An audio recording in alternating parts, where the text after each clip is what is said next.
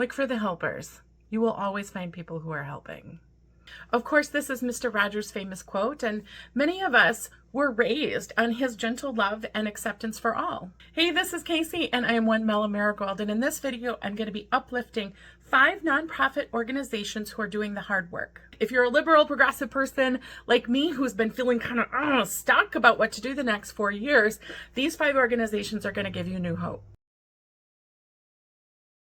Let's start off with a group called the Bridget Alliance. Their motto is, we get people to abortion care, whatever it takes. The Bridget Alliance was launched in 2018 with the specific goal of accessing communities who have had the most difficulty accessing abortion care. So, for example, they might be targeting individuals or communities who are below the federal poverty limit.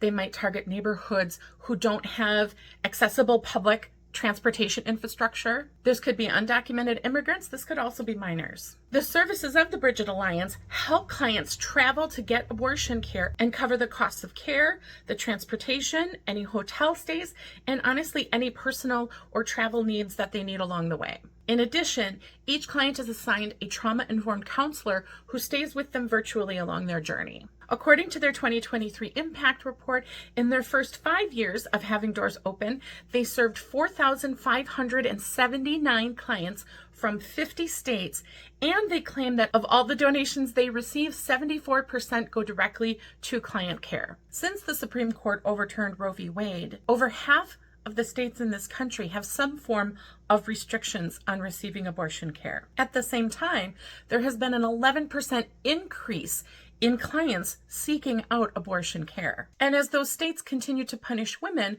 we have, of course, seen an increase in women dying because they were denied life-saving health care. We absolutely need to get government hands off of our bodies. And until we can do that, we need to uplift and support places like the Bridget Alliance who are making a meaningful, actionable difference to women who desperately need it. No woman should have to cross state lines just to get available health care.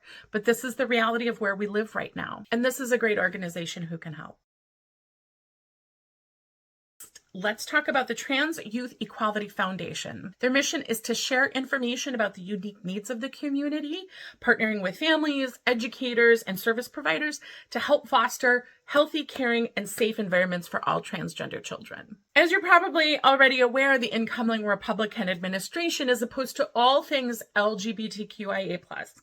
All of us. But they have been particularly cruel to the transgender community. Most recently, the House voted on a rules package that will allow for consideration of a bill to amend the Educational Amendment of 1972. The whole purpose of this amendment is to ensure that your own public schools in your communities only receive federal funding if they dictate that in the manner of kids playing sports, that there are only 2 biological genders, which is nonsense. And probably why they need more education. But I'll get off topic. In addition, 26 states have introduced legislation with varying rates of success, limiting access to gender-affirming care. For some children, this just means counseling. For other children, it's puberty blockers. That's it. That's it. That's what all the fuss is about. Perfectly normal healthcare responses that affect all children, not just transgender children.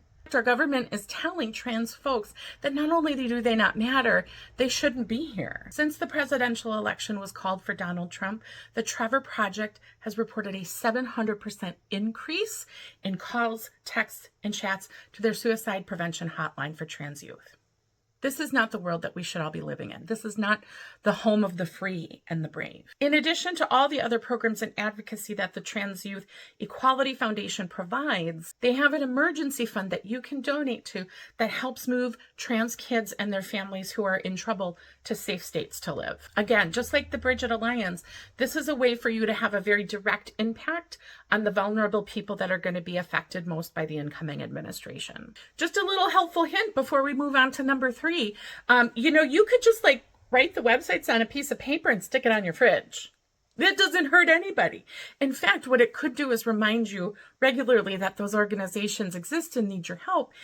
And it also provides you a reference so that if you have friends, family, community members that come to you and are looking for help, you might have a couple of resources to give them. Okay, let's talk about United We Dream. This is a really cool group. United We Dream was founded in 2008 and is a nationwide network of immigrant youth and allies. Their mission is focused on providing resources, programs, deportation defense, and emergency funds. They put the community first in making all decisions and hope to bring together folks who might feel otherwise disenfranchised or without community. The site is absolutely worth checking out. They have tons of programs to offer. I'm just going to talk about a few. Their DACA program encourages DACA recipients to join the network to be kept up to date on all the administrative changes that are happening to the program, and includes information on how to renew your application and what to do if the DACA program is repealed. They also have a robust deportation defense program with the goal of arming immigrants and allies in the community with the information needed to fight, prevent, and stop ICE raids. ICE raids could very well happen in your community, and I think especially if your skin color looks like mine, we need to be prepared on how to deal with it, how to respond to them, and most importantly, help those immigrants in the community that might be most affected. The site has a ton of resources and even some state-specific information. And do not forget to check out the Immigrant Made section.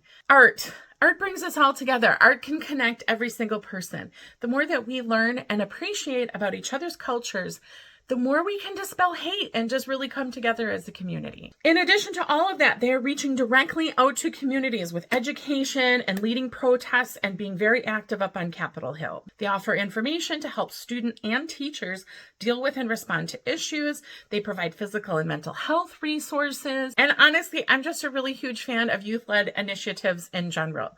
They are the future, and they are always so much better at organizing than we are. Love this group. Love the website. I hope you take a peek. Number 4, let's talk about the National Immigrant Justice Center. This group is well established and it was founded in 1984. There is nothing scarier than being targeted by law enforcement, but that's exacerbated when you know that you cannot afford an attorney to help represent and protect you. So many hide in fear because they don't think they'll be able to get a fair shot within the legal system. And they're probably right. For 40 years, NJIC has been helping low-income folks in many, many ways, including helping eligible youth apply for DACA, helping folks apply for employment authorization and permanent residence. And for permanent residents, they can also help applying for citizenship, and especially immigrants who are exposed to domestic violence and who are seeking asylum. In America, we're sort of born with this idea that you're always innocent until proven guilty and that everybody has the right of representation. Yet, the immigration system does not provide court-appointed counsel to immigrants facing deportation who are unable to afford a lawyer. None. They just don't get any. Only 37% of all immigrants and 14% of detained immigrants are able to go to court with lawyers on their side. And naturally, it's no surprise that when defendants go to court with a lawyer on their side, it leads to more positive outcomes. Trump has made his plans and views on mass deportations abundantly clear. Inside sources indicate that Trump plans to immediately rescind the current deportation policy that states that ICE cannot come into schools, churches, and hospitals. Naturally, this will make already cruel ICE raids even more disruptive by endangering the lives of others in those safe spaces. They could disrupt education, they could disrupt necessary medical procedures, separate families, and deny the rights of those same spaces to offer comfort and asylum. The National Immigrant Justice Center could use your money to help fund the attorneys providing the care. They can also really use help of people who can translate. So if you're somebody that could volunteer in that arena, definitely check out the website and reach out. And last but definitely not least, let's talk about OutCare Health. OutCare Health was founded in 2015 and provides nationwide services. The LGBTQIA+ community has always experienced discrimination and abuse at the hands of medical providers. Today's political climate has made obtaining healthcare particularly terrifying. OutCare Health offers a nationwide database of medical providers who are LGBTQIA+ friendly and who provide affirming care. That way, queer folk can feel more comfortable and honest working with a provider who won't refuse them care simply based on their own personal religious beliefs. In addition to the provider network, OutCare provides a number of other programs and services. One is called OutTalk, which is a forum for LGBTQ plus healthcare leaders, educators, community members to come together and engage in meaningful discussions about really important topics affecting the queer community. If you happen to be a healthcare provider, their next talk is on February 20th, 2025, and the website links are in the description. It seems crazy to believe that this is true, but if you're someone who doesn't really believe that the LGBTQIA plus community is at risk from healthcare decisions made by the government, let me read you a couple of quotes from Project 2025, specifically the Department of Health and Human Services section. Goal number 1, page 450, protecting life, conscience, and bodily integrity. Sounds nice, doesn't it? The Secretary should pursue a robust agenda to protect the fundamental right to life, protect conscience rights, and uphold bodily integrity rooted in biological realities, not ideology. So that really means pro-life, religious freedom to discriminate, and enforcing the erroneous binary concept of only 2 biological genders. Or hang on, how about this? This is goal 3, page 451. Promoting stable and flourishing married families. Families comprised of a married mother, father, and their children are the foundation of a well-ordered nation and healthy society. Unfortunately, family policies and programs under President Biden's HHS are fraught with agenda items focusing on LGBTQ plus equity, subsidizing single motherhood, disincentivizing work, and penalizing marriage. These policies should be repealed and replaced by policies that support the formation of stable, married, nuclear families. This means a focus on straight marriage only. So that means no divorces, no widows, no family guardians. That means putting straight married families ahead of LGBTQIA plus families or any family that doesn't just look like the norm. We've got a big fight on our hands. And I have to admit that I often feel really discouraged. Every time I turn on the news and there's a new talking point, there's a new enemy that we're supposed to be paying attention to. And I just think that's all to distract us from forming community and finding support within each other. I don't want to spend the next 4 years discouraged, and I don't think you do either.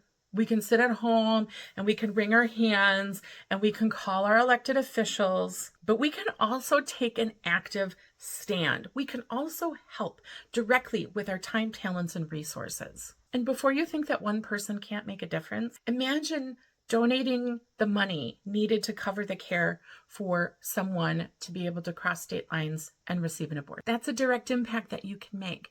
Imagine being able to say, yeah, here's some money. Let's get that trans kid to a safe place. Looking into these types of organizations, and certainly this is not a limit. These are just 5 that I happen to know about and have looked into and that I feel are really important. Keep the list of these 5s on your refrigerator, not just so you remember that they exist, but to remind you that they're not losing hope, and so you shouldn't either. And don't worry, money's tight. I get it. We have to stop thinking that in order to make a contribution, it has to be this huge donation.